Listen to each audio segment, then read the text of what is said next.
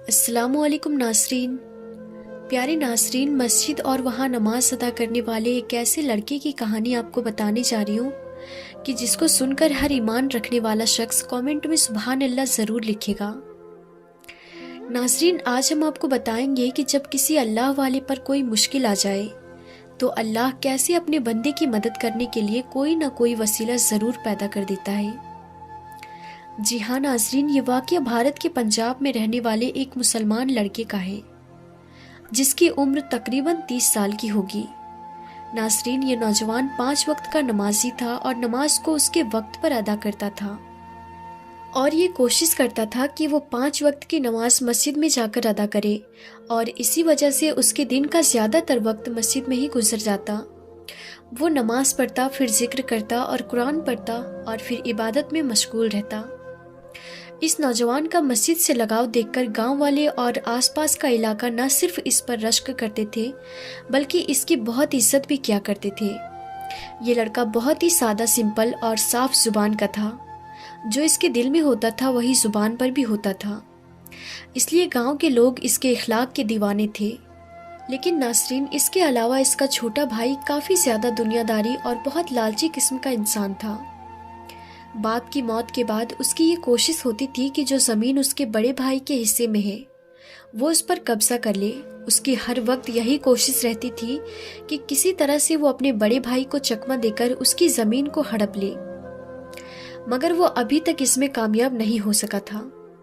ناظرین، چھوٹے بھائی نے سوچا کہ میں اپنے بڑے بھائی کو، جو اس کی سب سے پسندیدہ جگہ ہے یعنی مسجد ہے، اگر میں اسے وہاں جانے سے روک لوں اور اس کے بدلے میں صرف زمین مانگوں تو وہ میرا کام کر سکتا ہے اور وہ خود ہی مجبور ہو کر مجھے زمین دینے کے لیے تیار ہو جائے گا۔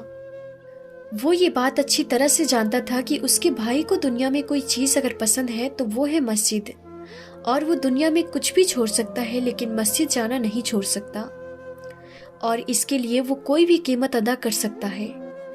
آخر کار اس چھوٹے بھائی نے سوچا کہ میرا بھائی مسجد تو ضرور جائے گا، تو کیوں نہ میں اسی بات کا فائدہ اٹھاؤں، اور پھر اس نے پلان بنانا شروع کر دیا کہ جس کا مقصد یہ تھا کہ وہ کس طرح سے اپنے بڑے بھائی کو مجبور کر کے اس کے حصے کی زمین اپنے قبضے میں کر لے۔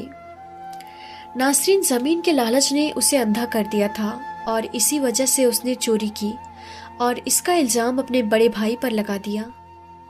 اگلے دن جب بڑا بھائی نماز ادا کرنے کے لیے مسجد جانے لگا اور اپنے گھر سے نکلا تو اس نے کچھ عجیب سا محسوس کیا۔ اسے کچھ نہیں پتا تھا کہ اب اس کے ساتھ کیا ہونے والا ہے۔ اسے یہ محسوس ہوا کہ کچھ لوگ اس کا پیچھا کر رہے ہیں، لیکن وہ مسجد کی طرف بڑھتا گیا کیونکہ اس کی نماز کے لیے دیر ہو رہی تھی۔ وہ یہ نہیں چاہتا تھا کہ کسی بھی صورت میں میری جماعت چھوٹ جائے، اور جیسے ہی وہ مسجد میں داخل ہوا تو پولیس نے اسے روک لیا اور اندر جانے سے منع کر دیا۔ یہ دیکھ کر وہ گھبرا گیا اور سوال کرنے لگا کہ مجھے مسجد میں جانے سے کیوں روکتے ہو؟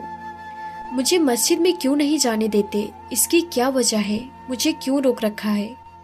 پولیس نے کہا کہ تمہارے اوپر مسجد کی قیمتی سامان چوری کرنے کا الزام ہے، اس لیے تم مسجد میں داخل نہیں ہو سکتے۔ یہ سن کر وہ نوجوان لڑکا بہت ڈر گیا، پھر پریشان ہو کر سوچنے لگا کہ آخر کار اچانک ایسا کیا ہوا کہ مجھ پر یہ الزام لگایا گیا ہے، اور یہ الزام کس نے لگایا ہوگا؟ وہ یہ سوچ ہی رہا تھا کہ اتنے میں جو لوگ وہاں موجود تھے وہ سب جمع ہونے لگے، اور وہ یہ کہنے لگے کہ یہ لڑکا تو بہت زیادہ نیک ہے، عبادت گزار ہے، کسی کو تنگ نہیں کرتا، یہ تو روزانہ نماز پڑھنے کے لیے آتا ہے، اس پر جھوٹا الزام لگایا گیا ہے، یہ تو روزانہ نماز پڑھنے کے لیے آتا ہے۔ لیکن پولیس یہ کہہ رہی تھی کہ الزام تو اسی پر لگا ہے، اور کیونکہ اس کا سب سے زیادہ وقت مسجد میں گزرتا ہے تو جو سامان چوری ہوا ہے وہ اسی نے چوری کیا ہوگا۔ ناظرین، لڑکا پریشان ہو کر پہلے تو اپنی صفائی دیتا رہا، لیکن جب پولیس نے اس کی بات نہ سنی تو وہ زمین پر بیٹھ گیا اور اللہ کو یاد کرنے لگا کہ اے اللہ، میری مدد کر، اس مشکل وقت سے، اس جھوٹے الزام سے مجھے بچا لے۔ ناظرین، اس کے بعد اس کا چھوٹا بھائی آیا اور اسے ایک طرف لے جا کر کہنے لگا، یہ سب میرا کیا دھرا ہے، اگر تم مجھے اپنی زمین دے دو تو ٹھیک ہے، میں وہ سامان دے کر تمہیں بچا لوں گا، لیکن اگر تم ایسا نہیں کرتے ہو تو پھر تم سیدھا جیل جاؤ گے۔ ابھی یہ بات چل ہی رہی تھی کہ اچانک ایک بندر آ کر اس کے سامنے کھڑا ہو جاتا ہے، اور حیرت کی بات تو یہ ہے کہ اس بندر کے ہاتھ میں وہی قیمتی سامان ہوتا ہے جو مسجد سے چوری ہو گیا تھا۔ چھوٹے بھائی کا پریشانی سے چہرے کا رنگ اڑ گیا اور وہ سوچنے لگا کہ یہ کیسے ہو سکتا ہے، یہ سامان تو صرف میرے پاس تھا، اب یہ بندر کے پاس کہاں سے آ گیا؟ یہ سوچ کر وہ فوراً بھاگ کر اپنے گھر جاتا ہے اور جا کر چیک کرتا ہے اور دیکھتا ہے جہاں اس نے سامان رکھا تھا وہاں پر کوئی بھی سامان موجود نہیں ہے۔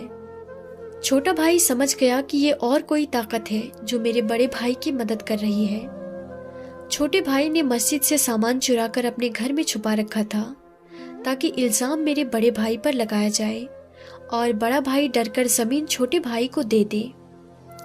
لیکن اس سامان کے بارے میں صرف یہی چھوٹا بھائی جانتا تھا اور اسی کو پتا تھا، اس کے علاوہ سامان کے بارے میں کسی کو نہیں پتا تھا، اور اب وہ سامان وہاں سے غائب ہو چکا تھا۔ پولیس کو سب پتا چل گیا کہ سامان چھوٹے بھائی نے چوری کیا تھا اور اپنے بڑے بھائی کی زمین کو ہڑپنا چاہتا تھا۔ اس کو فوراً گرفتار کیا گیا اور جیل میں ڈال دیا گیا۔ ادھر بڑا بھائی اللہ کا شکر ادا کرتا ہے۔ ناظرین، جو اللہ کا ہو جاتا ہے تو پھر اللہ بھی اس کا ہو جاتا ہے۔ پیارے ناظرین، ایک اور واقعہ ہم آپ کو بتاتے ہیں۔ نماز پیارے نبی صلی اللہ تعالی علیہ وسلم کی آنکھوں کی ٹھنڈک ہے۔ ناظرین، دنیا میں سب سے بڑا اسلامی ملک انڈونیشیا ہے، اور ناظرین اس کے زیادہ تر حصے میں جنگل ہے، اور آپ جانتے ہی ہیں کہ جو علاقے جنگلی ہوتے ہیں وہاں پر سانپ جیسے زہریلے جانور بہت زیادہ ہوتے ہیں۔ ناظرین، انڈونیشیا کا ایک نوجوان جکارتا کی جامع مسجد کے امام کے پاس آیا اور اپنی الجھن اس کے ساتھ شیئر کی۔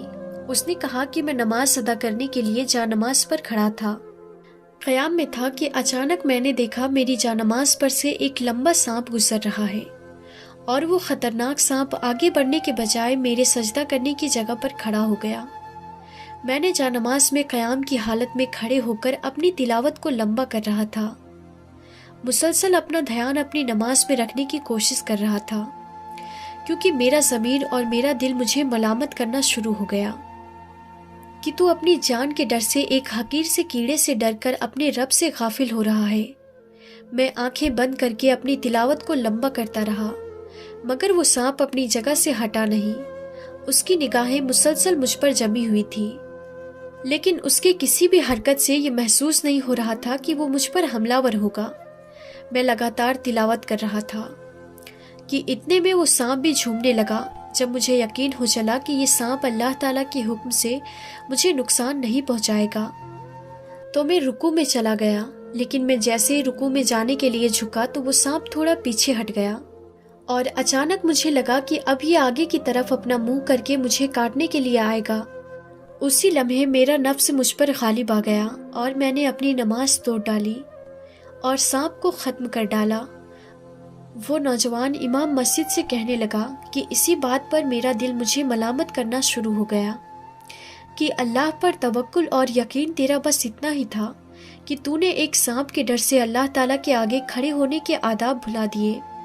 ناظرین، امام مسجد اس نوجوان کی نماز سے محبت اور عشق دیکھ کر مسکرا اٹھے اور اس پر رشک کرنے لگے۔ انہوں نے اس کو جواب دیا کہ قرآن مجید کی آیت کا ایک مفہوم ہے کہ اللہ تعالیٰ نے ایک انسان کی جان بچانے کو پوری انسانیت کی جان بچانے کے برابر قرار دیا۔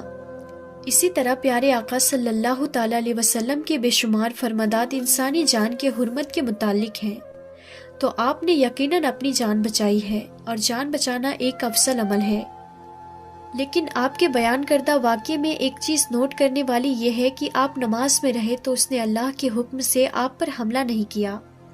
یہ بجاتے خود بہت بڑی کرامت ہے۔ تو پیارے ناظرین، یہ تھی نماز کے حوالے سے آج کی ویڈیو، اور اگر آپ عاشق رسول ہیں تو اس ویڈیو کو لائک ضرور کریں اور اپنے دوستوں کے ساتھ ضرور شیئر کریں۔ تو پھر ملتے ہیں اگلی نئی ویڈیو میں، تب تک کے لیے خدا حافظ۔